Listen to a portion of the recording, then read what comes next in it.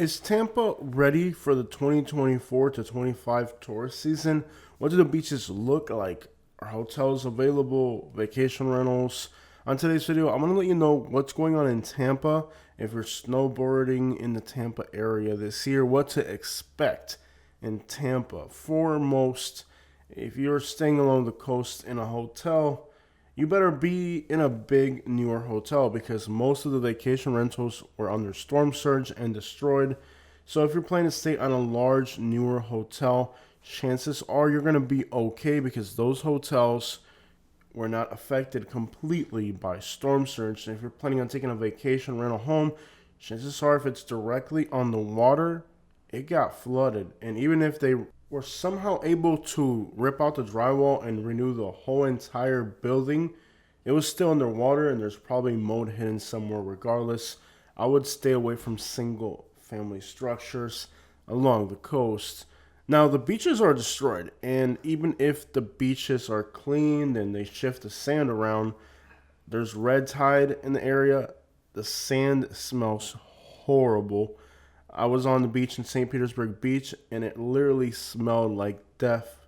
The sand, when it came up, trapped a lot of fish, trapped a lot of birds, and a lot of animals that died. And the sand practically smells like death, so it's not going to be an enjoyable beach vacation anywhere along the Tampa area. You may get lucky and catch a day where the water's clear. So if you're planning on snowbirding in Tampa, consider being further inland and enjoying other activities that Florida has to offer. The beaches are a never-ending construction site. They still haven't cleaned up a lot of the sand, and even if they get to it before you arrive, there's still a lot of bad smells. It isn't really a pleasant experience. The water condition is murky, dirty, and nasty, and there's a lot of dead animals and bad smells in the water. I noticed another wave of dying little critters as it looks like red tide is starting to come into some parts of Tampa Bay. We can expect now the red tide to intensify. All you would literally have to do is go to WFC website or Google Florida red tide map. You'll get a map of the red tide, and if there's any red tide in the area, chances are the beaches are going to be stinky and nasty with dead animals.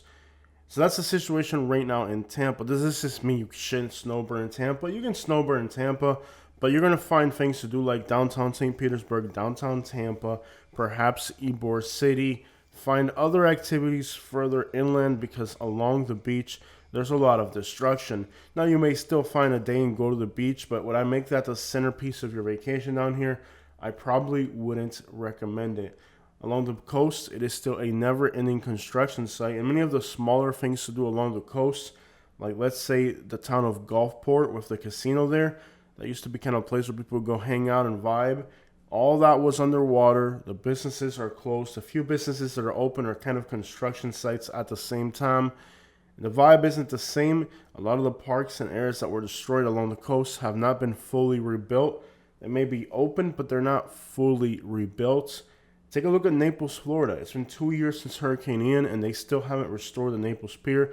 That should just give you an idea of how long these hurricane aftermath cleanups can take. So if you like clear water in St. Pete Beach, it just isn't the same, and it won't be that for the year of 2025. So if you're thinking about vacationing in the Tampa area, I hope that the beaches don't make up the majority of your plans, because along the beaches is a complete destruction nightmare.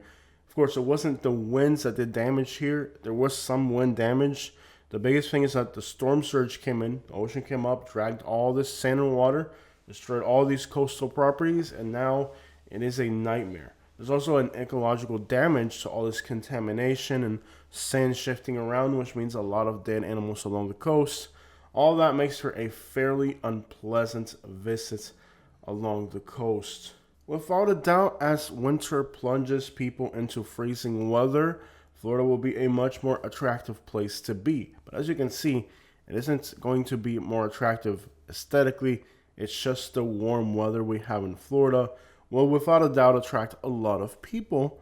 But that doesn't mean it's going to be the same Florida as before. Most of the west coast of Florida suffered a lot of damages. And I know for a fact when the colder weather arrives, nobody's going to want to be freezing up north. They're going to want to be somewhere in warm Florida. It's just up to you to pick a place that isn't destroyed this time. So what are some of the things that you can do in the Tampa area? Well, for one, I would stay away from the coastline. We're talking the islands, the beaches, all that is, like I said earlier, a never-ending construction site. A construction site that's going to take a lot longer than the next few months to clean up. And there doesn't seem to be some type of rush to get this stuff done expediently. The stuff is going to sit around for a while. So it's not going to be the tropical jungle of Florida that you expect. It's going to be a loud, nasty construction site.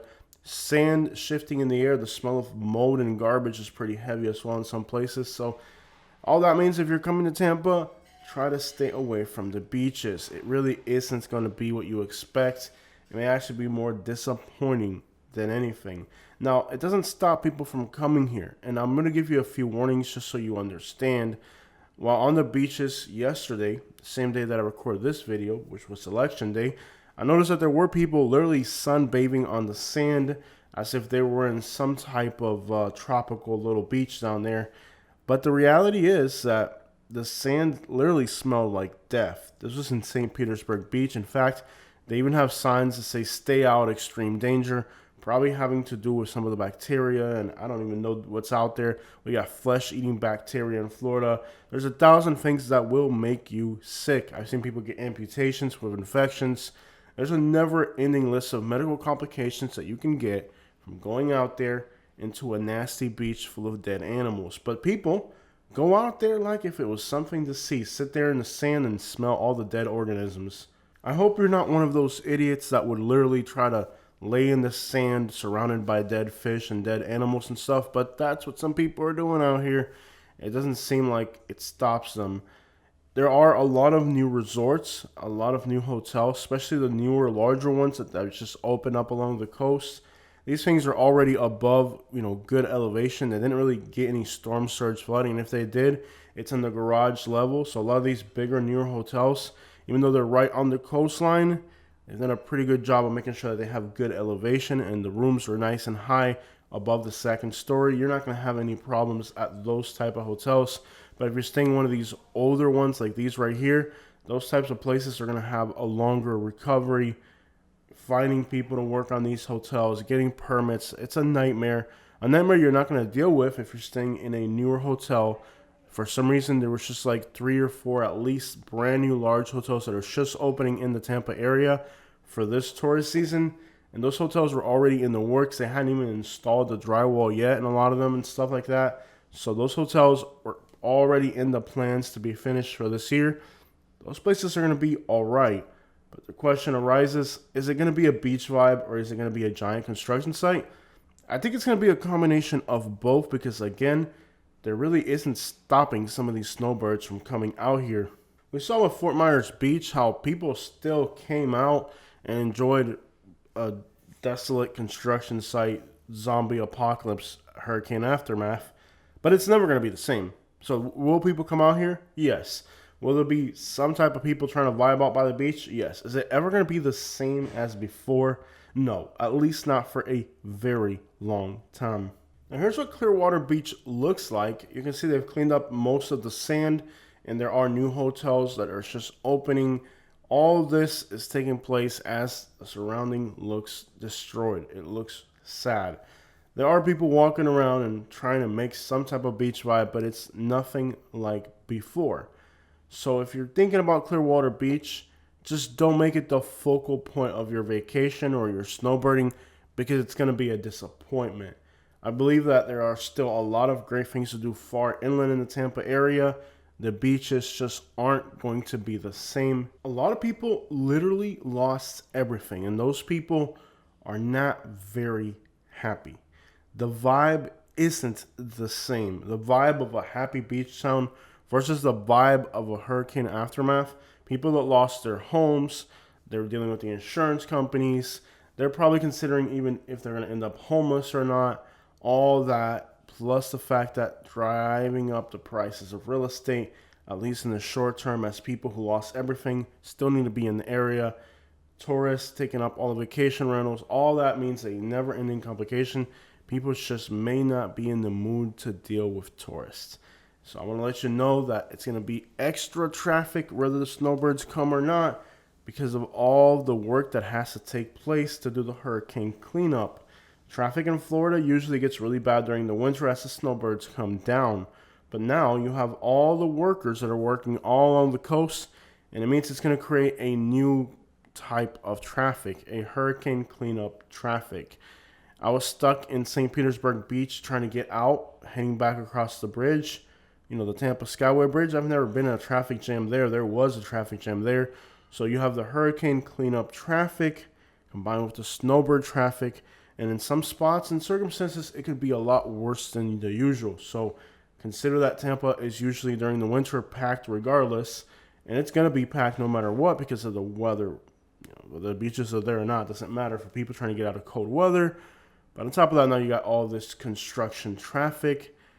Chances are it's going to be somewhat of an aggravation. And people are not in a good mood. We've had some road rage shootings in the metropolitan area. It's been kind of crazy lately. People just are not in the best moods. This is Clearwater Beach. They're working on getting it cleaned up as much as they can. You can still see a lot of destruction out here, but you can tell also a lot of new hotels going in, new construction. All that is affected lightly.